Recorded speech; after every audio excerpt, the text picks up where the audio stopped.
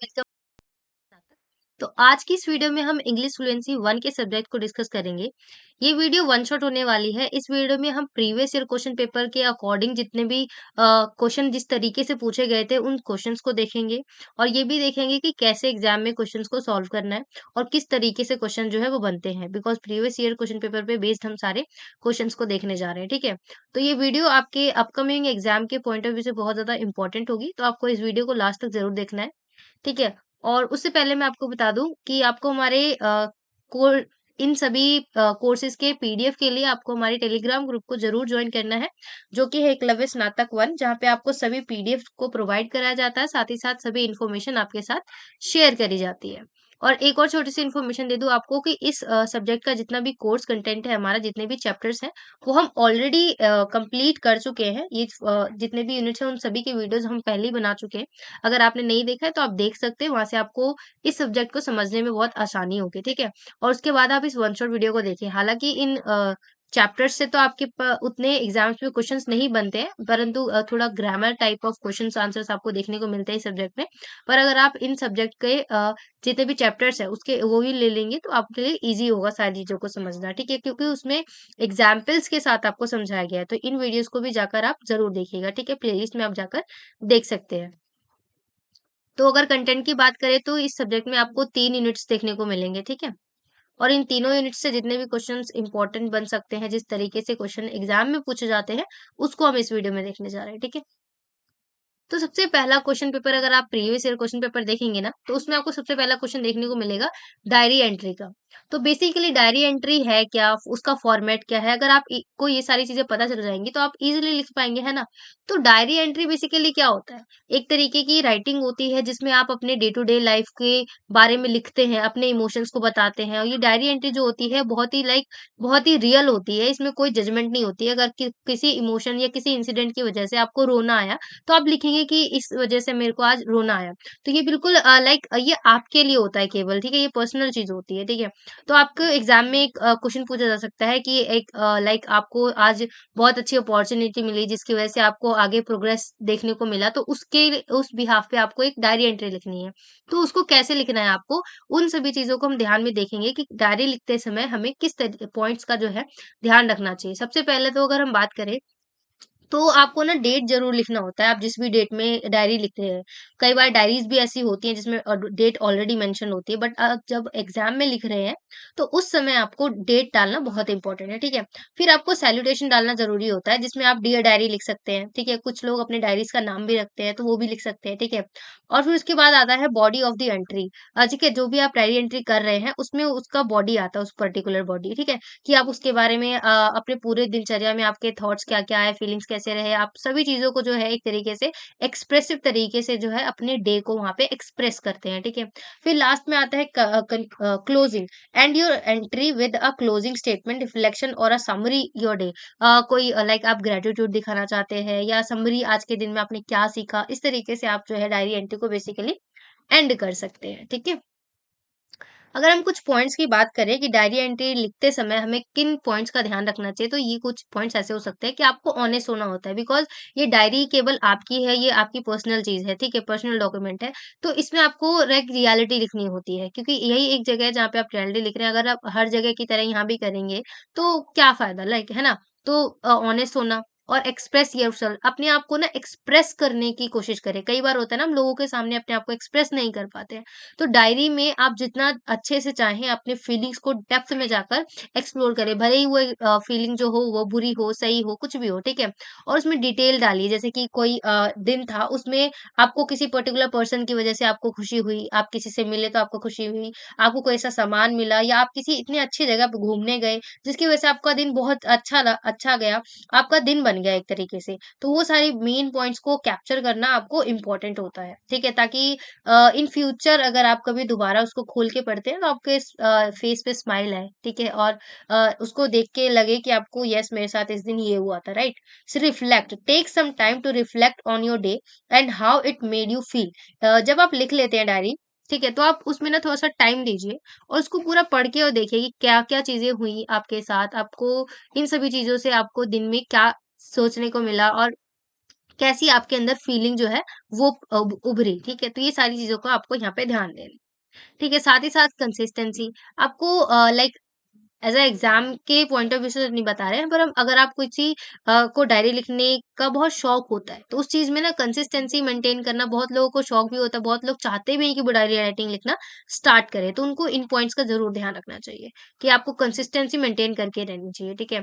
और प्राइवेसी इसमें क्या होता है कि ये आपके फीलिंग्स और थॉट्स होते हैं, तो इस वज़ह से आपको मेंटेन करना होता है, इसको कोई किसी एक ऐसे जगह पे रखना होता है कि उस पे नज़रें किसी और की ना पड़े, वो आपकी प्राइवेट चीज़ है, उसको आप अच्छे से सँभाल के रखें, ठीक है?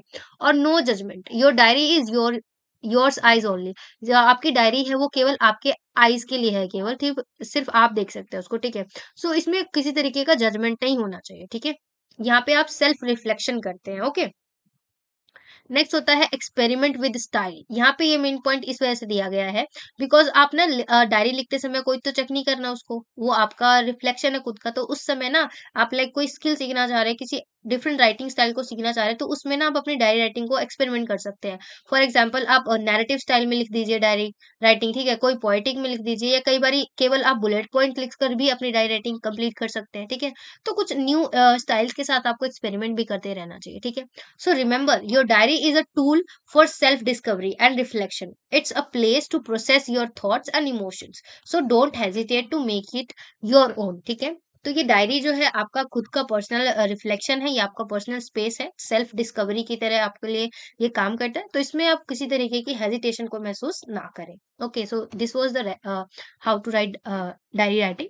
नेक्स्ट आपको क्वेश्चन देखने को मिल सकता है ब्लॉग पोस्ट या फिर ट्विटर पोस्ट या फिर फेसबुक, इंस्टाग्राम, किसी से रिलेटेड आपको ब्लॉग पोस्ट लिखने को बोला जा सकता है, ऐसा क्वेश्चन भी आ सकता है।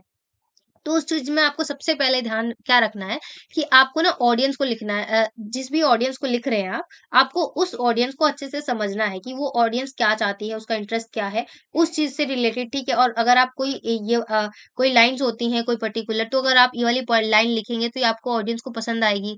तो इन तरीकों को, इन चीज़ों को आपको पता होना चाहिए। सबसे पहला तो होता है नो योर ऑडियंस, ठीक है? क्लियर पर्पस कि आप जो ब्लॉग लिख रहे हैं उसके पीछे का पर्पस क्या है, आप क्यों लिखना चाहते हैं, ठीक है?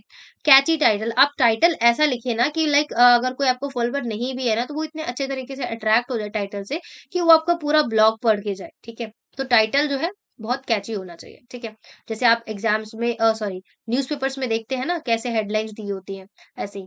एंगेजिंग इंट्रोडक्शन, इसके बाद आपको टाइटल कैची लिखने के साथ-साथ आपको इंट्रोडक्शन भी बहुत एंगेजिंग लिखना होता है ताकि कोई पर्सन जो है उसके साथ कनेक्ट कर पाए, उससे एंगेज हो पाए, राइट?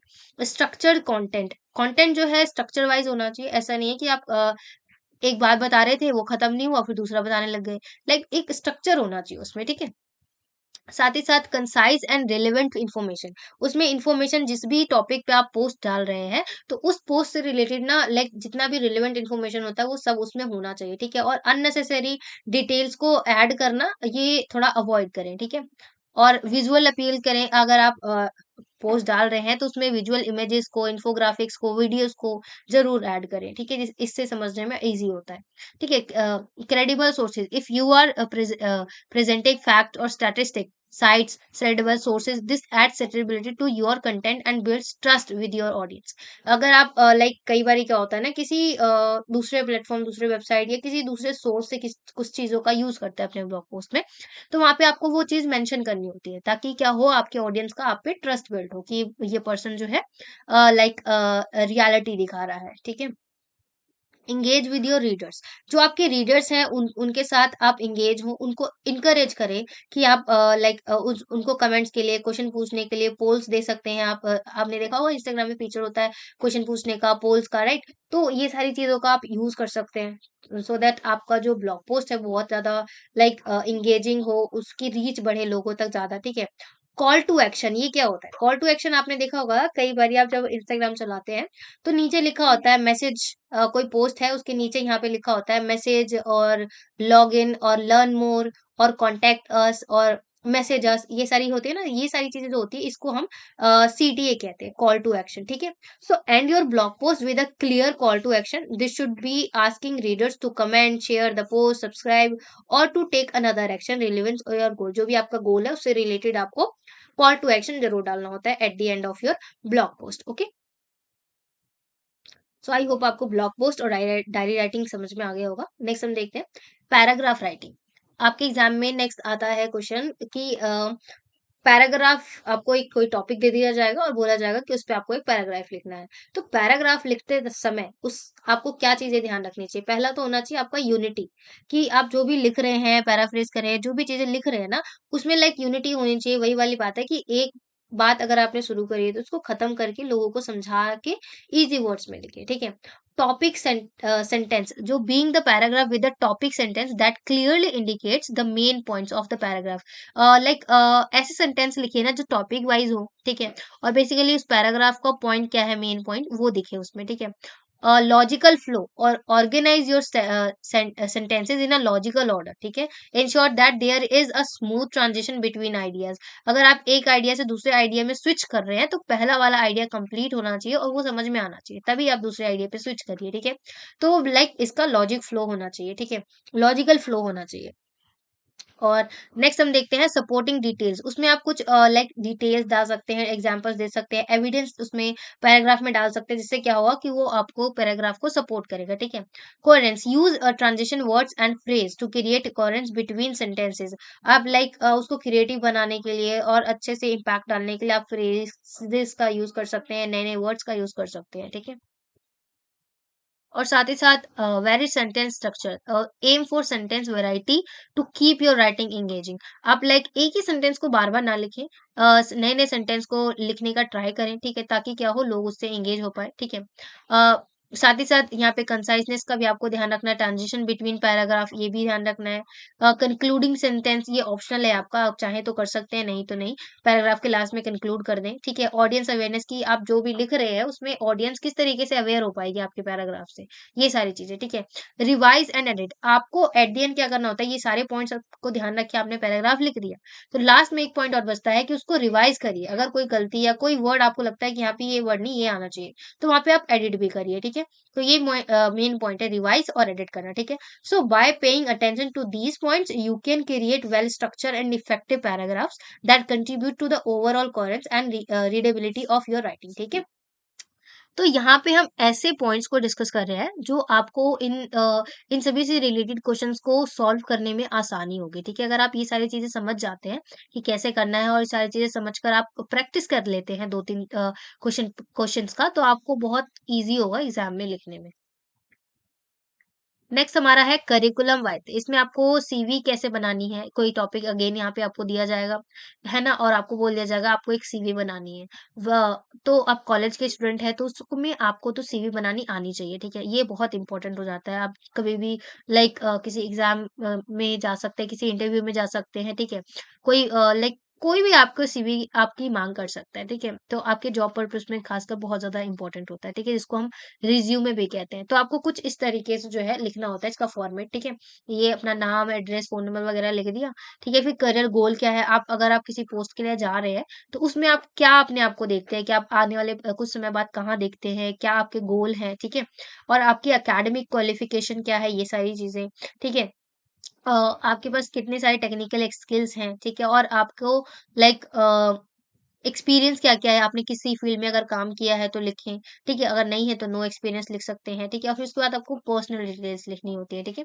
तो कुछ ये फॉर्मेट होता है सीवी का। नेक्स्ट हम देखते हैं नोट्स मेकिंग। ये क्वेश्चन आपको देखने को मिलेगा आपके एग्जाम में कि आपको ना एक पैराग्राफ दे दिया जाएगा। अभी तो हमने देखा पैराग्राफ लिखते कैसे हैं, और एक क्वेश्चन होगा जिसमें आपको ऑलरेडी एक पैराग्राफ गिवन होगा और उस पैराग्राफ को पढ़ के ना आपको नोट बनाना होगा। फॉर एग्जाम्पल जैसे आप स्कूल लाइक कॉलेज में करते हैं ना कि लाइक कोई सब्जेक्ट पढ़ा, उससे आप अपने अपने अंडरस्टैंडिंग के लिए नोट बनाते हैं। तो वैसे ही आपको एक पैराग्राफ दिया जाएगा और उसमें ना मेन पॉइंट्स, मेन मुद्दों को कलेक्ट करके आपको ना नोट मेकिंग करनी होगी, ताकि उस पैराग्राफ का एक तरीके से कंक्लूजन की तरह दिख जाए, ताकि कोई नोट्स पढ़ जाए तो उसको वो पैराग्राफ समझ में आ जाए, ठीक है, इस तरीके से। So when making notes from an unseen passage, वो भी पैसेज कौन सा होगा, अनसीन होगा, जो आपको एग्जाम में दिया जाएगा, ठीक है। It's crucial to focus on key details while maintaining consciousness. Consciousness को मेंटेन करते के साथ-साथ आपको बहुत इंपॉर्टेंट होता है की डिटेल्स के ऊपर फोकस करना, ठीक है? Start by identifying the main idea and supporting points. जब आप पैराग्राफ को पढ़ रहे हैं, तो वहाँ पे आप मेन आइडियाज़ और सपोर्टिंग पॉइंट्स जो होते हैं, उसको अंडरलाइन करते जाएँ और फिर जब आप लिखेंगे ना, तो नोट मेकिंग करेंगे, तो उसमें आपको ज़रूर मेंशन करना है। आप इसमें एब्रिविएशंस का भी यूज़ कर सकते हैं, ठीक है? जैसे डॉक्टर के लिए आप डीआर लिख दें केवल, ठीक है? पूरा ना लिखें, ये सारी चीज़ें। ठीक है, तो main idea quickly grabs the central theme of argument of the passage. जो भी पैसेज दिया गया है, उसका आर्गुमेंट क्या है, सेंट्रल थीम क्या है, उसको ग्रैब्स कर ले, ठीक है? लाइक कलेक्ट कर ले। सपोर्टिंग पॉइंट जो भी आइडिया या जो भी पॉइंट आप लिख रहे हैं उससे रिलेटेड एक सपोर्टिंग पॉइंट लिख दें कि आप अगर ऐसा कह रहे हैं तो उसके पीछे का रीजन क्या है, ठीक है? कीवर्ड्स का यूज कर सकते हैं, आप फ्रेज का यूज कर सकते हैं, जो भी कैप्चर कर सकते हैं उस पैसेज से, जो भी फ्रेजेस का कीवर्ड्स का यूज किया गया है, ठीक है? Structure, note the passages original structure such as heading, sub heading and chronological order. एक क्रोनोलॉजिकल ऑर्डर होता है ना कि लाइक पहले जिस भी टाइम का बात किया गया उस टाइम के बारे में बताएंगे आप नोट्स में, ठीक है? फिर उसके बाद नेक्स्ट में, और हेडिंग है अगर पैराग्राफ में तो उसको आप सीक्वेंसली मेंटेन करेंगे, ठीक है? ऐसा नहीं कि थर्ड पैराग्राफ का नोट आप सबसे पहली लाइन में लिख रहे हैं, ठीक है? तो सीक्वेंस वाइज आपको मेंटेन करना है, ठीक है? फर्स्ट पैराग्राफ में जो चीजें इंपॉर्टेंट थी वो फिर सेकंड में, थर्ड में, ठीक है? तो ये सारी चीजें, तो कुछ इस तरीके से आप नोट मेकिंग करते समय ध्यान रख सकते हैं चीजों का। साथ ही साथ ऑथर का टोन क्या है, वहां पे वो ऑथर क्या बताना चाह रहा है। Avoid full sentences. ऑब्वियसली आप नोट बना रहे हैं, पैराग्राफ तो वापस लिख नहीं रहे हैं, ठीक है? तो आपको यहाँ पे बुलेट पॉइंट्स का लिखना होता है, ठीक है? सब पॉइंट्स लिख सकते हैं, एब्रिविएशन जैसा मैंने आपको बोला, ठीक है? लाइक है ना, लाइक प्राइवेट लिमिटेड पूरा ना लिख के आप उसका जो शॉर्ट फॉर्म होता है पीवीटी डॉट, वो लिख सकते हैं। डॉक्टर के पूरा ना लिख के, ऐसे बहुत सारे एब्रिविएशंस होते हैं जिनका आपको यूज करना होता है। बुलेट पॉइंट्स का यूज कर सकते हैं, ठीक है? और जो इन्फॉर्मेशन इंपॉर्टेंट है उसको प्रायोरिटाइज करें, ठीक है? Practice active reading. इसके लिए आपको क्या होता है कि जब आपको नोट मेकिंग अच्छे से करनी है ना, तो ये पॉइंट बहुत इंपॉर्टेंट होता है कि आप पहले से ही पैराग्राफ को पढ़ने की आदत रखें और उससे नोट बनाने की आदत रखें, ठीक है? रिविलेंस, इसमें only note information directly related to the passage main idea. जो पैसेज के मेन आइडिया से कनेक्ट करता है वो लिखें डायरेक्ट, ठीक है? अननेसेसरी चीजों को लिखना अवॉइड करें बिकॉज आप नोट लिख रहे हैं, ठीक है? और be concise, keep notes concise to facilitate quick review and revision. इस तरीके से आप नोट बनाएं कि आपको अगर आपको रिव्यू करना है, रिवीजन देना है, तो आप इजीली समझ पाए, ठीक है? नेक्स्ट अगर हम देखें तो ये एक ब्लॉक फॉर्मेट है एक लेटर का, ठीक है? कि आपको किस तरीके से लेटर जो होता है वो लिखना होता है। रिटर्न एड्रेस का लाइन 1 2 3 हो सकता है, डेट हो सकता है, ठीक है? तो आई होप कि आपको लेटर तो आता ही होगा, कुछ इस तरीके का फॉर्मेट होता है। फॉर एग्जाम्पल अगर मैं बात करूँ तो कुछ लेटर जो होते हैं कुछ इस तरीके से दिखता है, फॉर्मल लेटर, ठीक है? और इसमें कुछ इस तरीके से होता है, आपके एग्जाम में इनफॉर्मल और फॉर्मल दोनों आ सकता है। अभी लास्ट टाइम तो प्रिंसिपल को आपको लिखना था, ठीक है? तो कुछ इस तरीके से होता है, जो भी एड्रेस है सेंडर का वो है, ठीक है? रिसीवर का जो है, फिर डेट है, फिर आप जिसको भेज रहे हैं, ठीक है? जो भी रिसीवर है, उसको भेज रहे हैं आप, ठीक है? तो सबसे पहले तो अगर हम बात करें, तो देखिए यहाँ पे सबसे पहले क्या आता है, रिटर्न एड्रेस, जो भी रिटर्न जाएगा उसके पास, ठीक है? फिर डेट आएगा, फिर जो भी मेन नाम है, जिसको भी आप लेटर लिख रहे हैं उसका नाम क्या है, पोजीशन क्या है, और उस कंपनी का नाम लिखेंगे, ठीक है? या फिर स्कूल में लिख रहे हैं, कॉलेज में लिख रहे हैं, तो उस जगह का नाम लिखेंगे। एड्रेस लाइन आ गया फिर उसका, फिर ठीक है, डियर मैडम सर जो भी है, ठीक है? और फिर मेन टेक्स्ट। तो कहने वाली बात यहाँ पे ये है कि आप अगर आप भेज रहे हैं तो आपका सबसे पहले एड्रेस आपका ऊपर आएगा, डेट आएगा, फिर आप जिसको भी भेज रहे हैं उसका एड्रेस वगैरह आएगा, फिर डियर सर मैम जो भी है, फिर सब्जेक्ट लाइन आती है, ये भी यहाँ पे आता है, ठीक है? यहाँ पे आप कर लेना थोड़ा-सा सब्जेक्ट लाइन, ठीक है? फिर आपकी मेन बॉडी आती है, उसमें भी आप पहले थोड़ा-सा एक ओवरव्यू सा दे देंगे कि आप ये नोट लिख क्यों रहे हैं, सॉरी ये लेटर लिख क्यों रहे हैं, ये सारी चीज़ें। फिर आप बॉडी के बारे में बताएँगे, फिर एट द एंड आप थोड़े से अपनी बात को सपोर्टिव बनाने के लिए कुछ सपोर्टिव आंसर लिखना चाहते हैं, पॉइंट्स लिखना चाहते हैं, वो लिख सकते हैं। लास्ट में आप कंक्लूड कर सकते हैं कि I hope you will contact me as soon as possible, right? ये सारी चीज़ें। फिर लास्ट में आपको अपना थैंक यू और योर ट्रूली वगैरह लिखना होता है, सिग्नेचर वगैरह करना होता है, ठीक है? तो कुछ इस तरीके का फॉर्मेट होता है। सो आई होप कि हमने यहाँ पे जितनी भी चीज़ें देखी आपको समझ में आया होगा। अगर आप ये सारी चीज़ें ना समझ लेते अच्छे से और प्रैक्टिस कर लेते 1-2 बार, तो आपको इस सब्जेक्ट के क्वेश्चन पेपर को सॉल्व करने में बिल्कुल भी मुश्किल दे का सामना नहीं करना पड़ेगा। बहुत ईज़ी हो जाएगा आपके लिए, ठीक है? So thanks for watching and if you have any question then do write in the comment section.